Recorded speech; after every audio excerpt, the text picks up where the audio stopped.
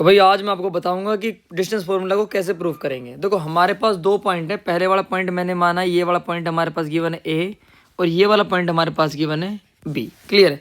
हमें क्या करना है, इस पॉइंट की डिस्टेंस निकालनी है यहाँ से। ठीक है, तो इस पॉइंट की डिस्टेंस कैसे निकलेगी, अब आपको सबसे पहले आपको पता होगा पाइथागोरस थ्योरम क्या होती है। भाई पाइथागोरस थ्योरम में क्या होता है कि हाइपोटेनस का जो स्क्वायर होता है वो बराबर होगा आपके पास बेस का स्क्वायर प्लस परपेंडिकुलर का स्क्वायर। बस इसका यूज़ करना है।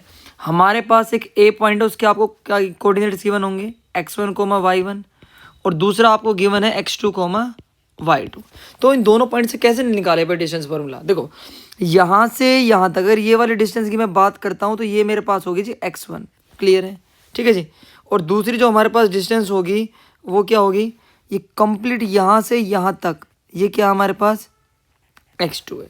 ठीक है जी, क्योंकि ये वाली वैल्यू हमारे पास क्या है x2।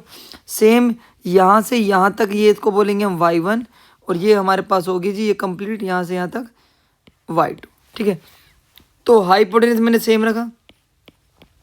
भाई बेस अगर आपको निकालना है, मान लीजिए आपको इसकी वैल्यू निकालनी है तो इसकी वैल्यू आप क्या करोगे, कंप्लीट जो हमारे पास x2 गिवन है, भाई हमारे पास क्या गिवन है x2, इस कंप्लीट में से यानी कि यहाँ से यहाँ तक जो भी कंप्लीट में से अगर आप इस वाले रिजल्ट को माइनस कर दोगे यानी कि यहाँ से यहाँ तक, क्योंकि हमें तो ये निकालना ना, तो इसको निकालने के लिए हमारे पास क्या होगा x2 माइनस x1 का होल स्क्वायर। सेम परपेंडिकुलर की बात करूँगा, ये वाला जो रिजल्ट हमारे पास क्या गिवन है y2 है और यहाँ से यहाँ तक कितना हमारे पास y1। तो और हमें निकालना क्या है भाई, ये रिजल्ट निकालना हमें ये वाला, तो इसको निकालने के लिए क्या होगा y2 माइनस y1 का होल स्क्वायर।